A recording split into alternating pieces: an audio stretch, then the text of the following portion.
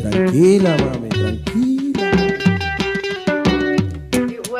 It was so my name's Alyssa. I am the author of Plátanos Are Love, which just came out, as well as the upcoming The Bronx is My Home, which comes out in October. Hi, I see some of my author friends in the chat.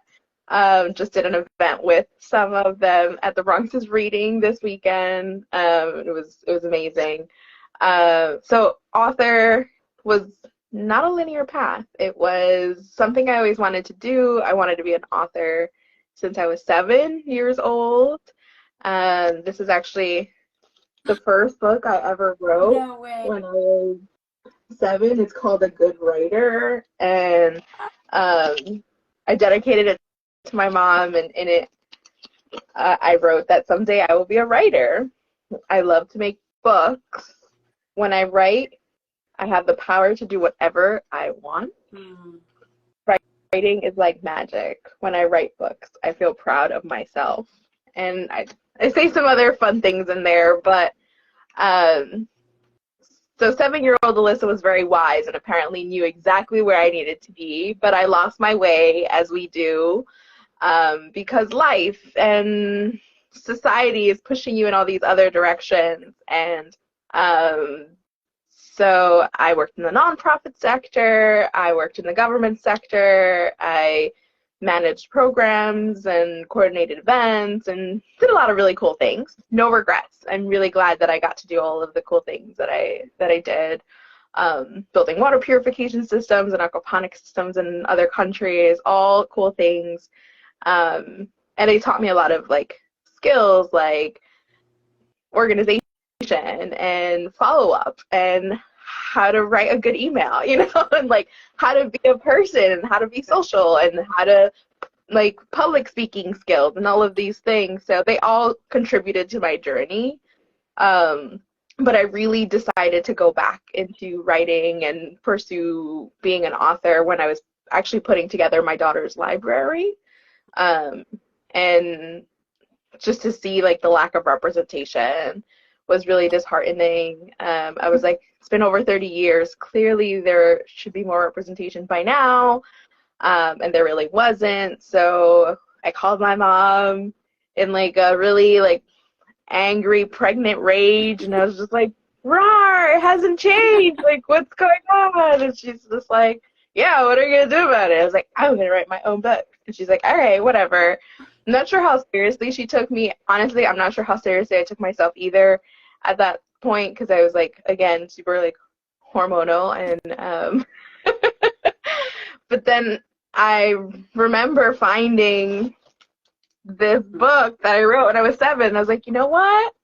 I'm really gonna do this. I'm gonna do this darn thing. And started doing the researching mentorship programs, joining already existing communities that are amazing, like Las Musas and the Dominican Writers Association, and We Need Diverse Books, and Kidlit in Color, like all of these communities that have been doing the work to bring our stories to the forefront. And then wrote a query letter, got an agent, sold books. Fast forward that part. But yeah, that's kind of been the journey. It's amazing. I love that story, and I love that you still have the book that you wrote when you were 7, and someone commented very profound statements from a 7-year-old. You've been getting a lot of great comments about just how much people love your book, just donated the book. That's awesome. Oh, thank you. I know you Yes. also said that you started writing because you wanted to honor your ancestors and to write the books that you wish you had had when you were a kid. Can you say more about that? Yes. So I've always loved reading, and I think, the books that are out there, even if you might not identify it from like a cultural perspective, there's those like universal themes and elements in there that like still help you resonate with the text. So, I really enjoyed reading, and it wasn't until I started reading more and more that I was like, okay, something feels like something's missing. You know what I mean? Like I'm still enjoying what I have to read in school and like what I discover on my own, and what I was like that kid that always lived in the library. So I enjoyed the books that the librarians, recommended for me based on what I gravitated toward, but I still felt like something was missing. And growing up, my grandmother only had a second grade education, but she was like the storyteller. Like she was, everyone like would come over our house and would like listen to her tell stories, and it was just such an amazing experience. And then it like kind of clicked later on that it's like, oh, this is what's missing, like communities of color, Native American communities, indigenous communities, BIPOC communities have this like rich storytelling history that has been passed down orally generation to generation for a lot of reasons. And I actually kind of touch on that a little bit in Plátanos when I say that, the recipes were passed down in secret, because our ancestors weren't allowed to read, write, or draw. So knowing that there's this like rich history and rich like these fables and stories and myths and legends, yes, exactly, that spread, but they're not making their way to print, they're not on paper. So it felt like a responsibility to take my ancestor stories, my abuela stories, and really like have the opportunity to share it with the world. Was she an inspiration behind the abuela in the book, who is such yes. a character? Yeah. Yes. Was it she really is. Oral, like these, like you said, for so many reasons they've been passed down orally. Was it hard to figure out, okay, how do I put this into a print book? Because there's so much, it's such a different art form. It is a very different art form, but if anything, it was like a fun challenge, because it gave me the opportunity to just like focus on like little nuggets of like her wisdom, right? And it also gives me the opportunity to write more books, so working on lots of other projects, and they're definitely very like heavily influenced by her and the stories that she used to tell me as a kid. And I also think it's cool how you've incorporated storytelling in the book, because it is the grandmother who's telling the story in the book. So it's like you kind of pulled all of that in together. And I also just wanted to go back, because I'm sure you're talking, you don't have a chance to read all the comments, that I love the representation. Plátanos are an everyday staple in my household, and glad there's a book that we can relate to every day, which I'm sure you've gotten a lot about that this brings in, something that for so many people is such a well-loved everyday staple, but I've never read a children's book that is about plátanos, plantains. So how did you get the idea? I mean, first of all, that speaks to the importance of representation, but why did you choose to focus on the plantains for this as a way to kind of bring all that in? Yeah, excellent question. So back in 2018, when I actually wrote the book, I was doing like research, and there's dozens of books about like chicken noodle soup and like mashed potatoes and things like that. And then I was just like, oh, that's cool, like seeing how all these books, use food as a way to like connect cross-culturally, and I thought that was a cool concept. Mm-hmm.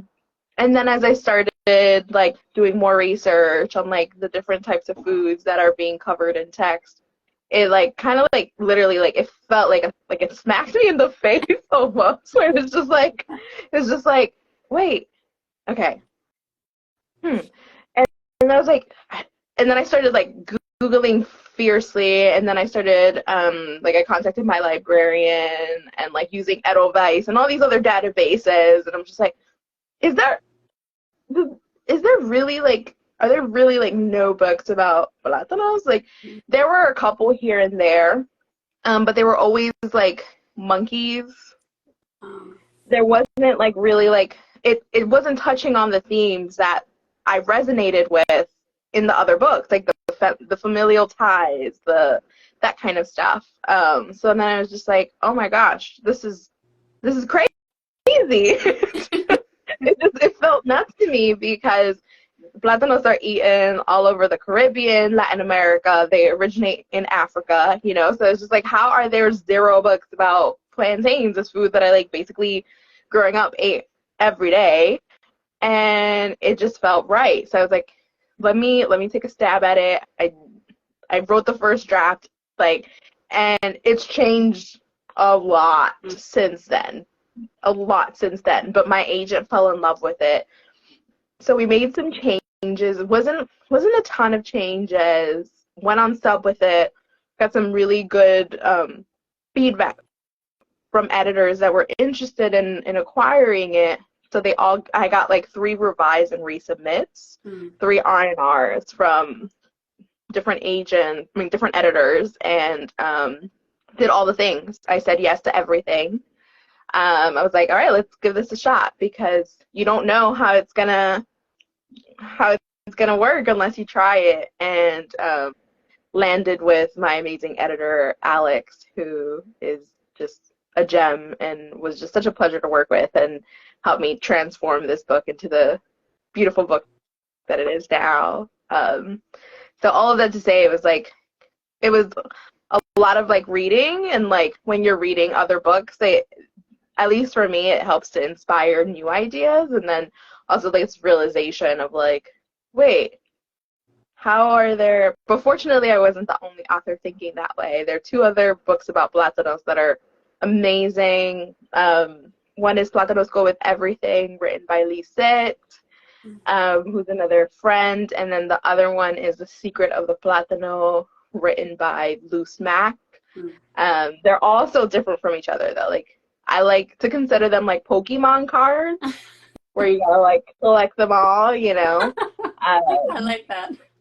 So they're all really, really good. But they're also like different. There's, you know, the common threads of like plátanos and family, but they're all very different like spins and takes on it. So I love that. I didn't realize they're coming out, because I have to say, like, for my kids, my husband's from Costa Rica, and when we go visit, that is probably one of the main foods they really remember, and that is really easy. Especially like the maduros, because they're so sweet. But I thought that was pretty cool how and some of the recipes are ones that, like you said, anybody from Latin America, Caribbean can relate to, but then there's one that's specific to, I think, the Dominican Republic, the mango, which is one that I had tried before. So that was really fun. And I wonder, just in general, if you could talk about, it seems like when you're writing a book that's more about a specific place or culture, you're always kind of doing a dance, because you're speaking to the people that are already familiar with it, because you want them to feel seen. But then there are people who aren't, who want to learn more. And so, or even just like how you incorporate, I love how you have so much Spanish in the book, but then how did you do it? Because you do it in a way that even if you don't, I think if you don't know Spanish, you can pick up on it. And of course you have a glossary at the back, but even without that, I think people can kind of pick up from context. Was that hard to figure out how to do that kind of dance? So speaking to 2 different audiences? Oh, I love this question. Yes and no. It was hard, mostly because I think I was in my own head so much of like trying to make it more accessible. But fortunately my editor Alex was like, no, like lean in, like this is good. Because I would write it the way that I would like naturally speak. I naturally speak in Spanglish with like friends and family. So I wrote it like how I would write it if I was talking to a family member, you know, like there's the one scene where everyone's at the dinner table together, and that scene is like that's how we talk. So it's really written from that tone. It's written from that voice. But then I found myself like kind of trying to like edit it out. Because I was like, oh, like, what if people don't understand what I'm saying? And my editor really was like, great, and was like, no, like, it's good, like, and I'm like, okay. So fortunately, it was, you know, that teamwork making the dream work for sure. And then now that the book is out in the world and hearing people's responses has been really affirming, actually, because people are like, yeah, like I don't speak Spanish, but I got it, like the context. And I was like, whew, I'm glad. Yay, we did it, you know? So yeah, I think my piece of advice for anyone that's like struggling with that and like kind of like feeling like it's a push and pull is write it from a place of love. Like write it the way that you would write it for like a friend or a family member that you really love and care about. And once I injected that into the tone and the voice, like the rest of it just made sense, and it really flowed. Oh, I love that. And speaking about like people responding to having in Spanish, the other audience, of course, are the people that already speak Spanish. And I saw on your social media that you recently did a fully bilingual author's visit to a school, and you describe how the kids just lit up when you spoke to them in Spanish. Can you tell us more about that? And what did that mean to you? And what do you think it meant to those kids to have not just with the Spanish, but somebody who like represented their culture and heritage coming to talk to them? Yeah, it was probably the coolest experience of my life. It was like the whole time I was like working really hard not to like cry and like lose it. But, you know, I felt like my grandmother, like just being there, and just like she was the one who really like honed being bilingual and speaking Spanish and not forgetting your roots and not forgetting your language. And it was like this moment where I could feel her presence of just like being proud that now I'm able to connect with these kids in a way that I would not have been able to if I didn't grow up bilingual, and if I didn't, you know, continue to practice my Spanish. And so it was funny, when they introduced me, you know, I started off in English and I was like, I'm the author of Plátanos Are Love. And then as soon as I switched it over and I said, soy la autora del libro Plátanos Are Love, Plátanos son amor, they were like like you could see their faces like, oh, cool, you know. And so I read the book is in Spanglish, and I do this for my daughter all the time, where like I'll read it in English and then I'll translate it out loud in Spanish. So I did that during the school visit, because they specifically assigned these like bilingual classrooms to me, where a lot of the kids are just learning English for the first time. So I was honored, and it felt like a huge like responsibility at the same time of like, okay, like here we go. This muscle that I've been using for like, you know, 4 years now, where I'm like constantly translating for my daughter, came in really handy. And so I was like reading it in English, and then I would like translate it in my head in Spanish out loud. The Spanish version is coming out. It comes out April 9th of 2024, so I'm very excited about that. Yes, so it is coming out in all Spanish. But yeah, it was definitely like this moment where it's just like, this is so cool that I get to do this. Like this is great. And I mean, after the visits, it was like 4 groups of students, and they were all bilingual.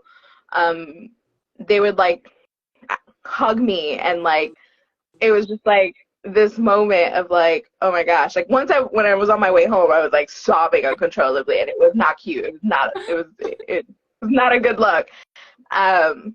But it was like this moment of like, oh my gosh, it was all worth it. You know, it was worth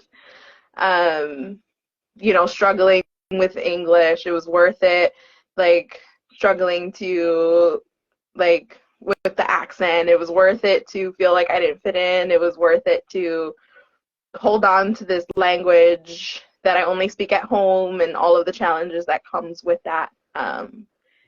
Just the look on their faces and of like joy was just nothing else in my life has compared to that.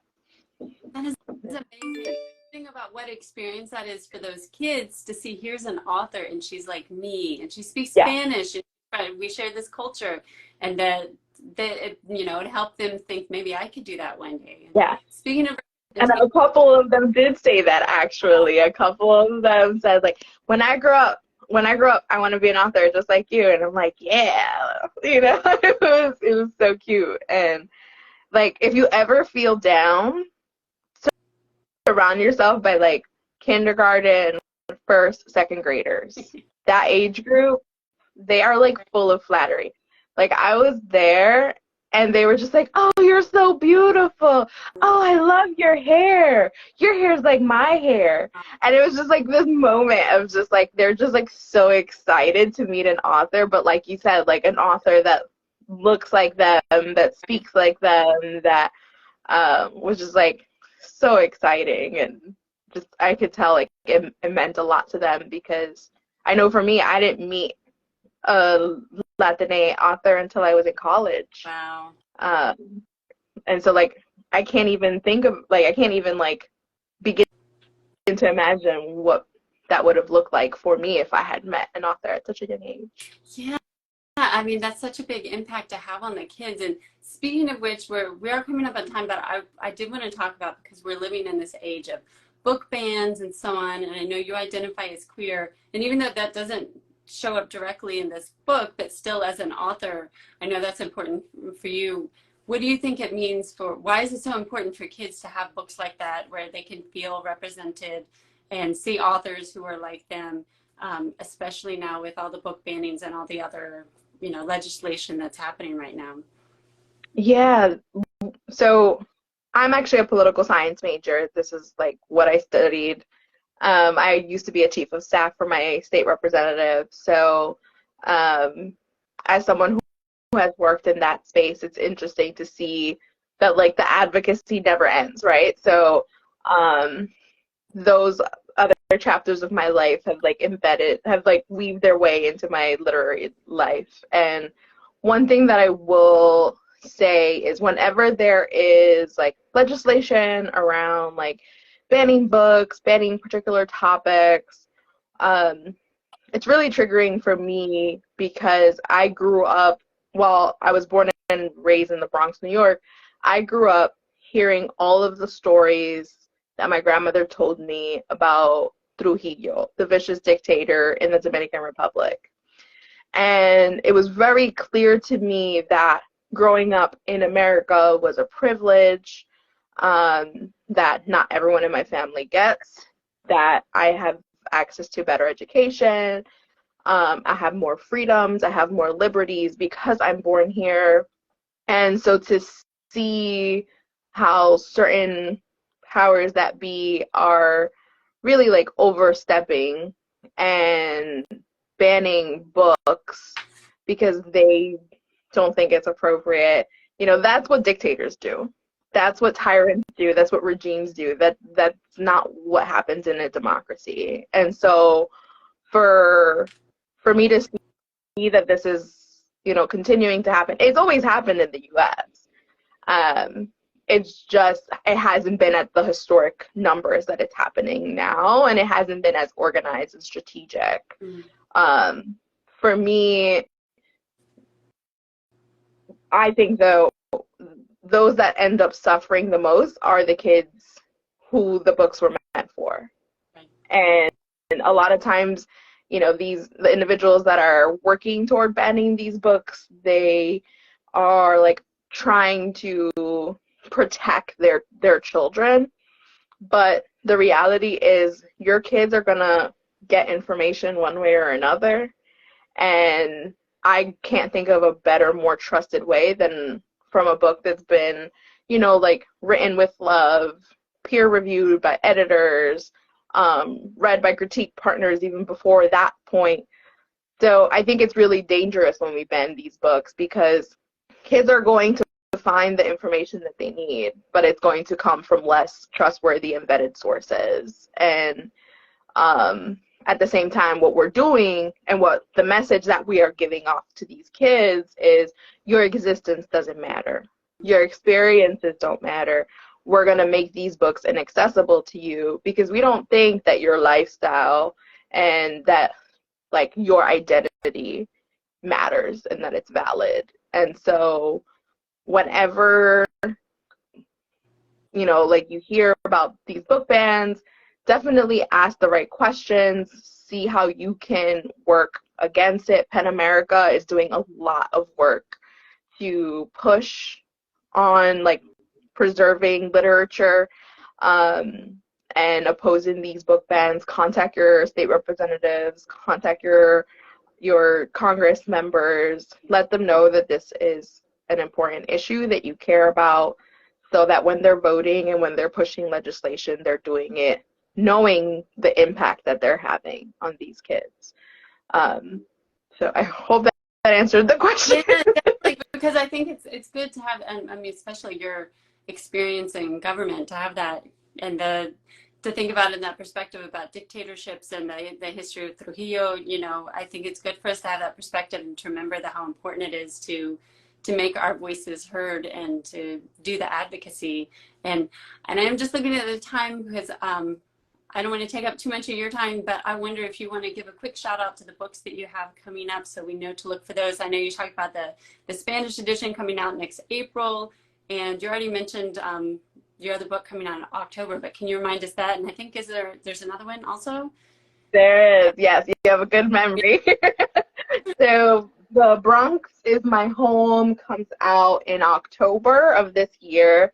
Contact me. I'm currently doing a pre-order giveaway where anyone who pre-orders The Bronx is My Home will 5 winners will get either Ask Me Anything session, a manuscript critique, or a book bundle of like all 3 of the Plátanos books. So signed copy of Plátanos Are Love written by me, as well as a copy of El Secreto del Plátano by Luz Mack and Plátanos Go With Everything by Lisette Norman. So you get all 3 Plátanos. And so yeah, definitely contact me about the pre-order giveaway. And October, Bronx is My Home.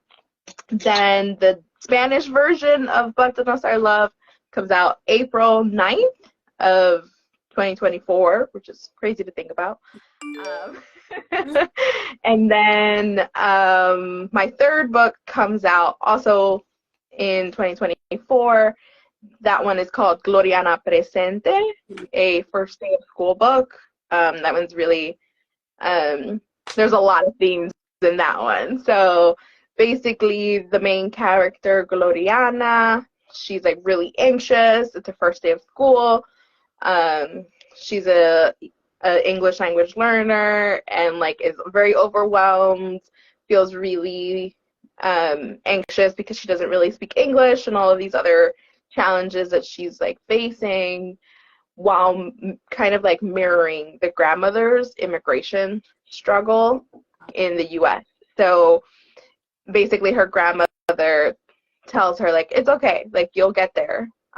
You'll find your place. You'll find your voice, just like I found my place and I found my voice, even though it was hard as an immigrant coming to this country. And so it's really a love letter to kids on their first day of school. It's a love letter to immigrants. It's a love letter to grandmothers. It's really a story about finding your voice and what it's like living in the margins, living on like the borders of 2 countries, and how it's an asset when sometimes it doesn't feel like it is. Yeah, and but yeah. So many great comments. I mean, I love these books, sound amazing, and here we love school books, definitely need and cannot wait to donate throughout our communities, and yes, for intergenerational stories. Yes, there's a lot of intergenerational stuff going on in my books. Yes. Love it. Well, thank you so much for taking the time to talk with us. And again, that's Plátanos Are Love, and then we can look out for more books for you coming up this year and next. Thank you for taking the time to talk with us. And thanks everybody for watching and all of your wonderful comments. Yes. No, thank you for the time, for carving out to speak with me. This was great. Such great questions. You're an excellent moderator. And thank you for all who joined. Feel free to contact me if you have any questions about my books or about the pre-order giveaway that I'm doing. Yeah.